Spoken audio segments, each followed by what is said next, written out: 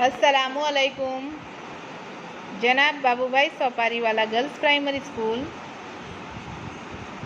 कक्षा 6, विषय हिंदी, पुनरावर्तन। बच्चों, हमने आगे पुनरावर्तन में रिक्त स्थानों की पूर्ति देखी थी। आज हम देखने वाले हैं निम्नलिखित मुहावरों के अर्थ लिखकर उनका वाक्यों में प्रयोग कीजिए। तो चलो हम देखें। पहला है रोशन करना। रोशन करना यानी कि प्रकाशित करना। तो हमें यहाँ पर पहले अर्थ लिखना है, फिर उसका वाक्य में प्रयोग करना है। अब हम वाक्य बनाएंगे। दीपक अपने प्रकाश से घर को रोशन करता है। इस तरह आप वाक्य बना सकते हो। फिर से देख लें हम। रोशन करना यानी प्रकाशित करना। वाक्य, दीपक अपने प्रकाश से घर को रोशन करता है। नंबर 2, इंसान बनना मतलब अच्छा आदमी बनना। इंसान बनना, अच्छा आदमी बनना। वाक्य, अच्छे काम करके ही हम इंसान बन सकते हैं। आगे देखें हम। नंबर 3, नाम कमाना। उसका मतलब होता है यश पाना। नाम कमाना, यश पाना। वाक्य देखें हम। गांधी जी ने दुनिया में नाम कमाया। आगे देखें। जान आना यानी कि चेतना आना। जान आना, चेतना आना। वाक्य, ठंडा पानी पिया तब शरीर में जान आई। आगे देखेंगे हम। आँखों का तारा होना मतलब बहुत प्यारा होना। आँखों का तारा होना, बहुत प्यारा होना।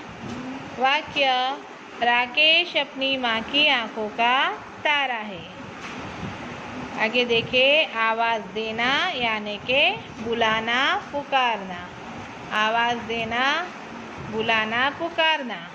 वाक्य, माँ ने खाने के लिए बच्चों को आवाज़ दी। हाथ बटाना का मतलब होता है काम में मदद करना। हाथ बटाना यानी कि काम में मदद करना। वाक्य, दीदी घर के कामों में माँ का हाथ बटाती है। दीदी घर के कामों में माँ का हाथ बटाती है। आगे देखें। मगन हो जाना यानी कि तल्लीन हो जाना। मगन हो जाना यानी कि तल्लीन हो जाना। वाक्य देखें। मैदान में जाकर हम खेल में मग्न हो गए। पीठ थपथपाना यानी कि शाबाशी देना। पीठ थपथपाना, शाबाशी देना। मुझे प्रतियोगिता में इनाम मिलने पर पिताजी ने मेरी पीठ थपथपाई। पता होना मतलब मालूम होना। पता होना, मालूम होना। वाक्य, हमें उसकी करतूतों के बारे में पता है। आश्चर्य का ठिकाना न रहना मतलब होगा बहुत आश्चर्य होना। वाक्य, जादू के खेल देखकर हमारे आश्चर्य का ठिकाना न रहा। आगे देखें। आँख खुलना। वाक्य, उसका अर्थ होगा सही बात का ज्ञान होना। आँख खुलना, सही बात का ज्ञान होना। वाक्य बनाएंगे हम। व्यवसाय में नुकसान होते ही सेठ जी की आँख खुल गई।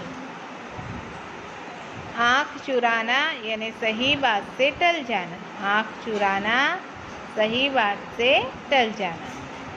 वह मुझसे आँख चुरा रहा है। आगे देखें। आँखों का तारा होना, बहुत प्रिय होना।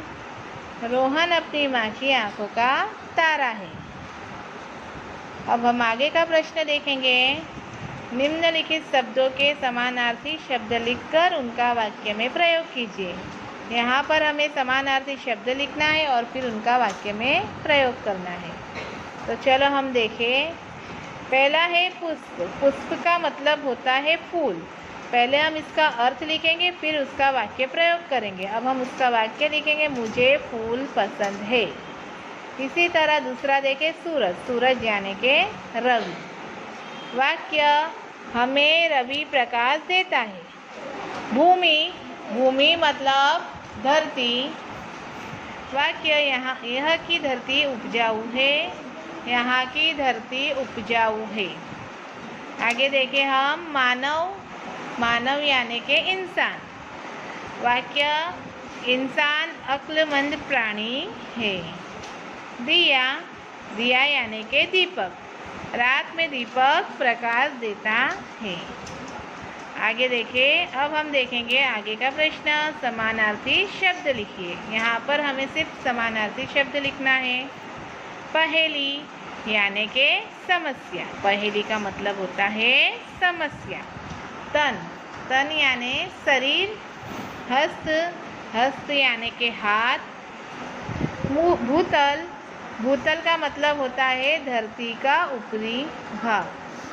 बच्चों, ये सारे प्रश्नों के उत्तर आपको आपकी हिंदी की नोट में लिखने हैं और साथ ही साथ इसे याद भी करने होंगे। Thank you.